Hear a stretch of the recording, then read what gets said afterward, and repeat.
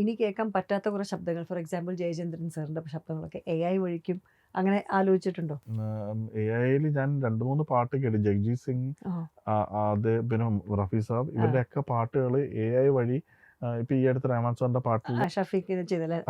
ഷഫീഖ് എന്തായാലും പേര് ഉസ്ലാം പെട്ടി പെൺകുട്ടി പാടിയ ആള് അതല്ല, ഷാവുൽ ഹമീദിന്റെ അല്ല. അല്ല, പിന്നെ അതല്ലാതെ റഹ്മാൻ സാറിന്റെ ഒരു ഹിന്ദി സോങ് എടുത്ത് പല വോയിസസിൽ ഇട്ടു. ഒരെണ്ണം ഞാൻ കേട്ടിട്ട് ശരിക്കും കണ്ണ് നിറഞ്ഞു പോയി. ശരിക്കും റഫി സാറാന്ന് വിചാരിച്ചു. അത്രയും റിയലിസ്റ്റിക് ആയിട്ടാണ് ഇന്നത്തെ കാലത്ത്. അപ്പൊ അതെനിക്ക് തോന്നുന്നു നമ്മളെ വിട്ടുപോയ ആൾക്കാരുടെ ശബ്ദത്തിൽ നമുക്കൊരു പാട്ട് കേൾക്കണമെങ്കിൽ അതായിരിക്കും ഏറ്റവും നല്ലത്. പക്ഷെ അത് റോങ് രീതിയിൽ യൂസ് ചെയ്യാതെ.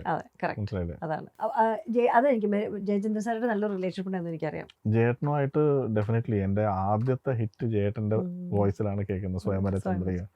അപ്പൊ അത് എനിക്ക് എപ്പോഴും ഒരു വല്ലാത്തൊരു അടുപ്പം തന്നെയാണ് ജയേട്ടനുമായിട്ട്. പിന്നെ ജയേട്ടൻ സ്റ്റുഡിയോയിൽ വന്നാലും ജയേട്ടന് ഇപ്പൊ നമുക്കൊക്കെ ജയേട്ടനെ കാണുന്ന പോലെയാണ് ജയേട്ടൻ റഫി സാറിനെ കാണുന്നത്.